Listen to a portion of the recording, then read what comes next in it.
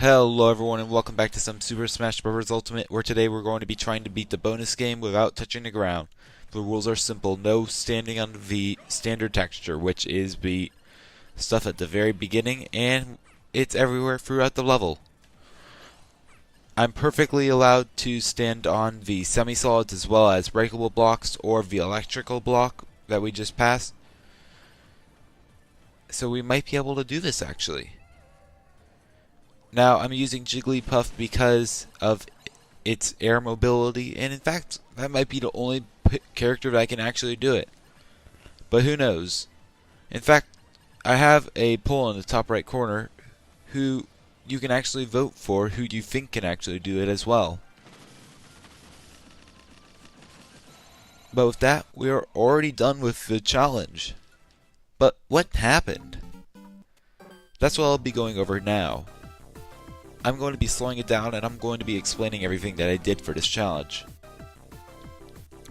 So for starters, I decided to go ahead and I decided to double jump here.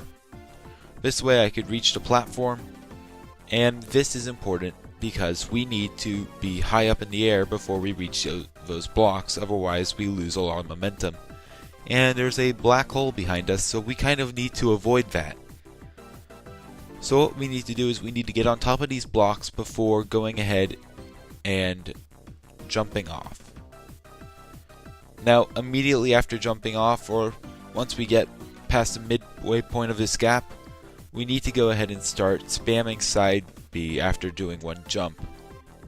This way we can go ahead and get 2 side Bs in, which gives us just barely enough distance to make it into this little hole. And here I'm going to do one more side B, because side Bs are unlimited while jumps are limited.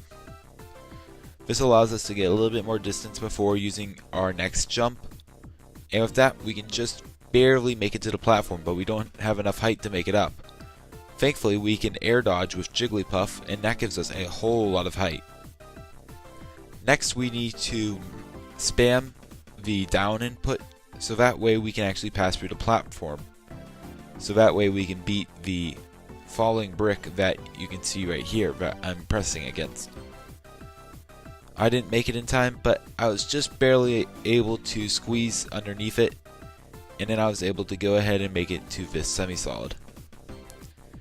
Next, what we're going to need to do is we're going to be taking the top path in order to make it to the next section. This is because it's a lot easier to do because we don't have to go through a narrow tunnel, as well as we get a little platform to rest on in the middle of this. We land before refilling our jumps, and then we can move on.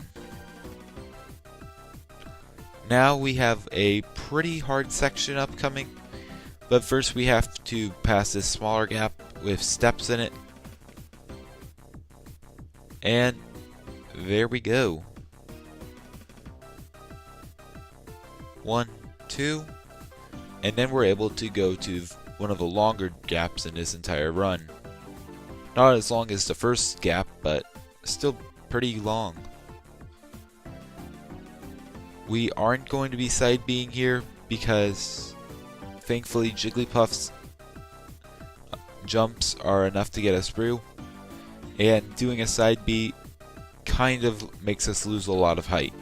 And we are in a pretty tight space here, so it's important that we actually jump instead of side B'ing. Then we reach this semi-solid before moving on to the last section where we can go ahead and we can do our 5 jumps in order to make it to the cannon. And with that, we've beaten another little challenge in this bonus game. Maybe we'll be visiting it again. Who knows? But thank you all so much for watching, and I'll see you guys next time. Goodbye.